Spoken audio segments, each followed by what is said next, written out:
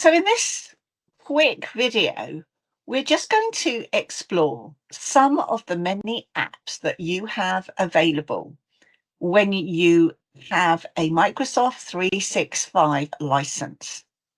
There are different license statuses. So there are people with licenses who can only use Outlook, for example. But what I'd like you to try and do is to go to a browser and simply type in office.com. You may have to put in your credentials, but if you're already logged in, it should take you to this landing page. And this is your landing page for Office.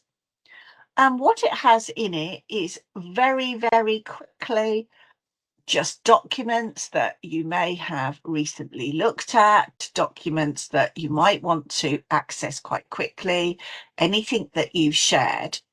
It's got some useful shortcuts down the left-hand side. If you've got Copilot, if you are going to create a document and your OneDrive. But what we really want to look at is this 9 dot that they call a waffle. And this has all your apps in it.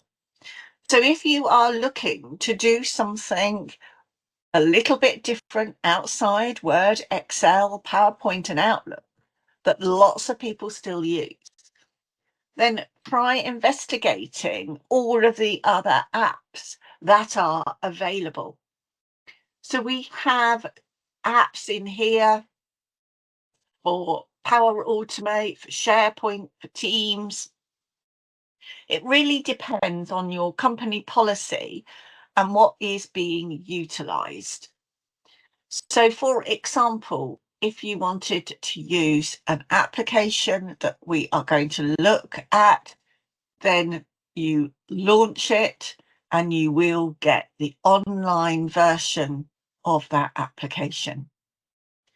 So please do investigate office.com.